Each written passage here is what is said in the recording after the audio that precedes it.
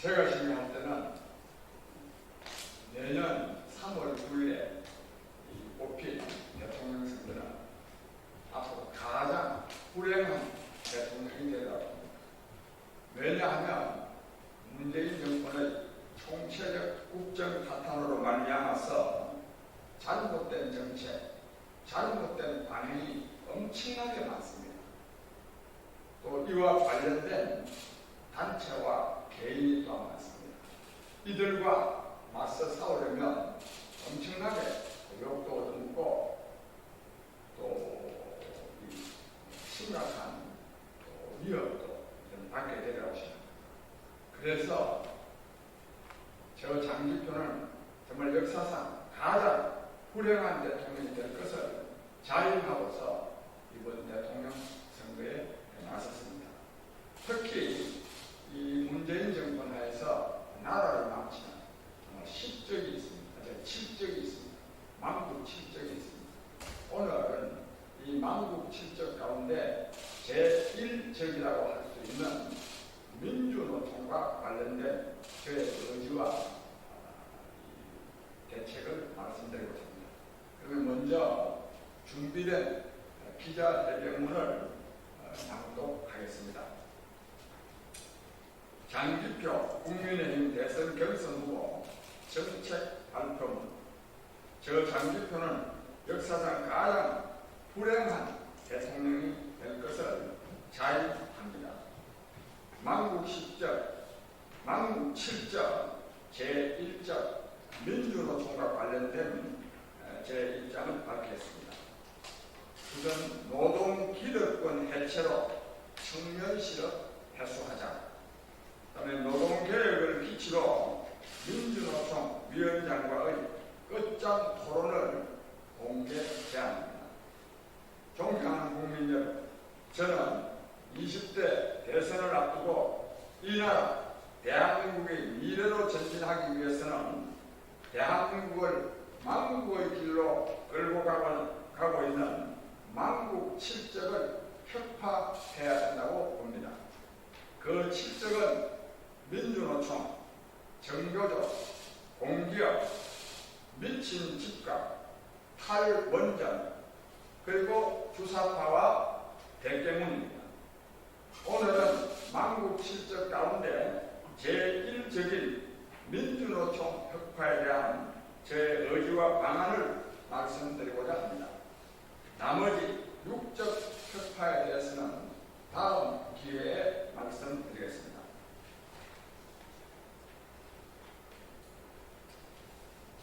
오늘날 대한민국이 직면한 최대의 과제는 노동개혁입니다. 민주노총의 망국적 행포를 혁파하는 일입니다.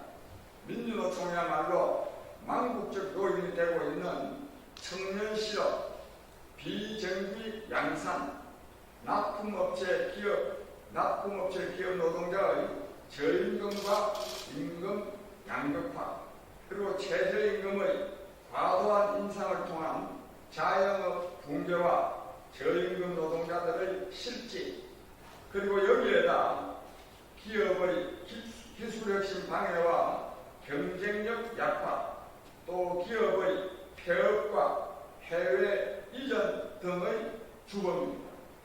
바로 민주노총이 이러한 망국적 요인의 주범입니다. 민주노총의 이러한 행포로 서민경제, 그리고 나아가 한국 경제가 파탄 지경에 처하고 있으니 어찌 민주노총을 망국 칠적 가운데 제1적이라고 말하지 않을 수 있겠습니까? 청년 실업이 왜 생깁니까? 노동조합, 특히 민주노총의 반대 때문에 기업이 청년들을 신규 채용하지 못하기 때문입니다. 20년 이상 근무한 연봉 1억 원의 노동자 1명을 해고하면 청년 3명을 고용할 수 있고 또 노동 생산성도 크게 향상될 것입니다. 청년 실업률이 공식적으로는 9.3%로 약 40만 2천 명이나 청년 체감 실업률은 25.1%로 100만 명이 넘습니다. 일자리가 있더라도 비정규 특히나 알바뿐인 알바 천국이 되고 있습니다. 청년 실업은 청년들만의 고통이 아닙니다. 그 가족의 고통이고 기업의 기술 혁신을 막아 기업의 경쟁력을 떨어뜨립니다. 그런데다 청년들로 하여금 결혼과 출산, 심지어 연애까지 포기하는 삼포세대로 만들어 출산율까지 세계 최저인 0.84까지 떨어뜨렸습니다. 청년들이 그래서 3포세대, M포세대를 넘어 이생망, 즉 이번 생애는 망했네라고 절규하고 있습니다. 청년 자살률이 인구 10만 명당 8.2명으로 OECD 평균 5.8명보다 1.4배나 높고 또 전 세계에서 두 번째입니다. 오죽하면 청춘이 부말린 청년들이 자살하겠습니까? 이래서는 나라의 장래마저 암담할 수밖에 없습니다. 그러니 청년 실업은 반드시 해결되어야 합니다. 비정규직이 많이 생기는 것도 대기업 정규직 노동자들의 과도한 고임금과 해고 불가능 때문입니다. 기업 입장에서 노동자를 정규직으로 한번 채용하면 고임금에다 해고하기가 너무 어려우니 비정규직을 채용합니다. 비정규직의 서러움을 어떻게 말로 다 표현할 수 있겠습니까? 또 민주노총이 주도하고 있는 최저임금 인상도 마찬가지입니다. 최저임금을 인상하는 것이니까 저임금 노동자와 저소득층에 도움이 될 것 같아 보이지만 현실은 전혀 그렇지 않습니다. 일부 최저임금 노동자를 제외하고는 전체적으로 저임금 노동자들을 실직으로 내몰며 자영업을 붕괴시키는 주된 요인이 됩니다.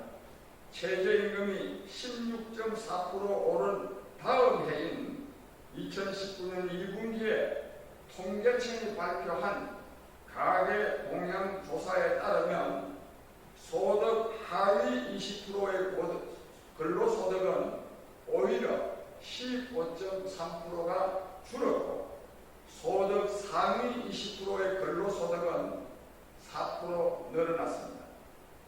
최저임금 인상이 저임금 노동자에게는 손해가 되고 고임금 노동자에게 이익이 됨을 보여주는 자료입니다. 최저임금도 받지 못하는 노동자가 320만 명을 넘는 터에 최저임금을 과도하게 인상하는 것은 빛 좋은 개살구일 뿐입니다.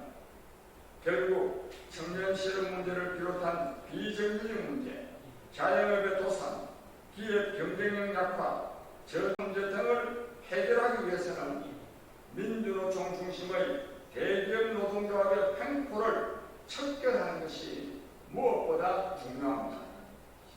민주노총 때문에 기업을 할 수 없다며 폐업하거나 해외로 이전하는 기업인들의 사기를 북돋기 위해서도 민주노총의 횡포를 척결해야 합니다.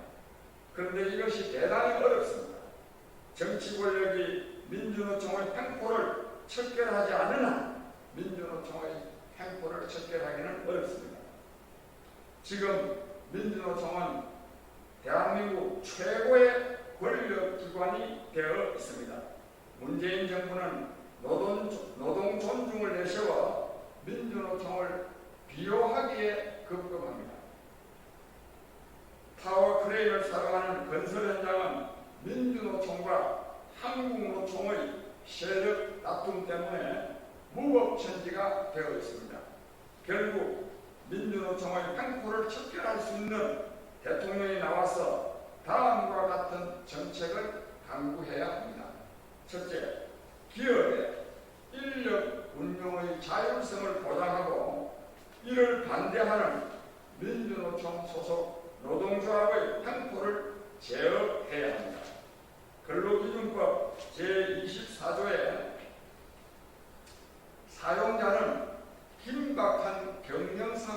필요가 있는 경우에는 근로자를 해고할 수 있도록 규정하고 있습니다. 그러나 긴박한 경영상의 필요가 있어도 노동조합의 반대 때문에 해고하지 못하는 것이 현실입니다. 그래서 관련 법률을 개정해서 부당 노동행위가 아닌 한 기업이 노동자를 해고할 수 있게 해야 합니다. 그 대신 해고된 사람들도 인간답게 살아갈 수 있도록 사회보장제도를 강화해야 합니다. 현재의 경직된 고용 조건을 유연하게 바꿔주지 못한다면 청년 고용을 높일 수도 없고 국가적 차원에서 제4차 산업혁명의 새로운 물결에도 대응할 수 없습니다. 둘째, 민주노총을 노동자 대표로 인정하지 않아야 합니다. 민주노총 조합원은 101만 명을 조금 넘는데 이것은 전체 임금 노동자 1956만 명의 5%에 불과합니다. 5%에 불과한 노동기득권자들이 전체 노동계를 대표한다는 것은 말이 안 됩니다. 그래서 경제사회노동위원회, 중앙노동위원회, 최저임금위원회 등의 민주노총이 노동자 대표로 참여하는 것을 중단시켜야 합니다. 셋째, 대기업 경영자들은 노동조합의 과도한 임금 인상 요구를 거부해야 합니다. 전체 노동자의 평균 임금이 313만 원인데도 민주노총 조합원의 평균 연봉이 7,400만 원, 월급으로는 600만 원이 넘습니다. 그것도 민주노총 조합원의 40%는 평균 연봉이 1억 원이 넘습니다. 심지어 최저임금도 받지 못하는 노동자가 300만 명을 넘으며 그나마 아예 취업을 하지 못한 실업자가 공식적으로 105만 명에 실망 실업자를 포함하면 450만 명이 넘는데도 말입니다. 이런데도 연봉이 1억 원을 넘는 자동차업이나 은행증권업, 가스업 등의 노동조합은 임금 인상을 요구하는 파업을 계속합니다. 이를 단호하게 거부해야 합니다. 넷째, 전국 공무원 노동조합, 전국 교직원 노동조합은 민주노총에서 탈퇴시켜야 합니다. 민주노총이 걸핏하면 정치 투쟁을 하고 있는 터에 공무원과 교사는 정치 활동을 할 수 없기 때문입니다. 존경하는 국민 여러분, 코로나 방역의 국민적 우려에도 불구하고 민주노총은 대규모 집회를 연이어 개최하며 정년 연장 투쟁을 시작했습니다. 염치라고는 손톱만큼도 없는 사람들입니다. 이렇게 거대 노조 세력이 자신의 노동 기득권 사수에만 집착한다면 우리나라의 미래 경제는 유연함과 역동성을 잃게 됩니다. 임금 피크제를 실시하고 정년 연장은 차단해야 합니다. 노조는 고용의 경직성을 양보하고 국가는 복지를 강화하며 기업은 세금 납부와 고용 확대로 화답하는 사회적 대타협이 필요합니다. 노동 유연성과 복지제도를 결합하면 효율적으로 청년 실업 등의 문제를 해결할 수 있을 뿐만 아니라 국민의 안정된 삶을 보장할 수 있습니다. 민주노총에 분명하게 요구합니다. 저 장기표는 민주노총을 향해 충고할 수 있는 자격을 갖고 있다고 자부합니다. 저도 민주노동운동의 발전에 상당한 역할을 했기 때문입니다. 민주노총은 진정으로 노동해가 곧 노동의 자아실현을 위한 노동운동을 해야 합니다. 임금 인상과 노동시간 단축에 매달리지 말아야 합니다. 조합원의 탐욕에서 벗어나 국민 대중을 위한 것은 물론 진정으로 자신들의 인간다운 삶을 위한 노동운동을 해야 합니다. 민주노총은 전태일 정신 개성을 강조합니다. 그러나 지금 민주노총의 가슴에는 전태일이가 없습니다. 전태일이 남긴 생애 마지막 말은 배가 고프다였습니다. 그런데도 민주노총 조합원들은 우리 사회의 기득권층이 되고 말았습니다. 지금으로부터 50년 전 노동자의 인간다운 삶을 위해 자신을 불사른 한 청년 노동자, 그의 아름다운 친구가 되겠다던 노동자의 다짐은 어느 노동 기득권에 대한 집착이 되고 말았습니다. 대오각성, 대전환을 기대합니다. 올해 전부터 민주노총의 개혁을 위해 투쟁해왔던 저는 이제 대한민국 최고의 권력기관이 된 노동 권력에 맞서 단호히 투쟁할 것을 밝혀줍니다. 이 나라의 노동운동이 노동 기득권을 사수하는 노동운동이 아니라 진정으로 국가와 사회의 미래에 도움이 되고 국민 노동자 개개인에게도 자신의 보람과 기쁨을 누리게 하는 노동운동이 되어야 합니다. 이런 노동운동이 될 수 있도록 저 또한 최선을 다하겠습니다. 이런 차원에서 노동개혁을 단일 주제로 한 민주노총 위원장과의 끝장 토론을 공개 제안합니다. 존경하는 국민 여러분, 저 장기표는 노동개혁과 국가 혁신에 대한 국민의 열망을 믿고 대통령 선거에 나섰습니다. 많은 격려가 있기를 부탁드립니다. 감사합니다. 2021년 7월 26일 제20대 대통령 선거 국민의힘 경선 후보 장기표. 감사합니다.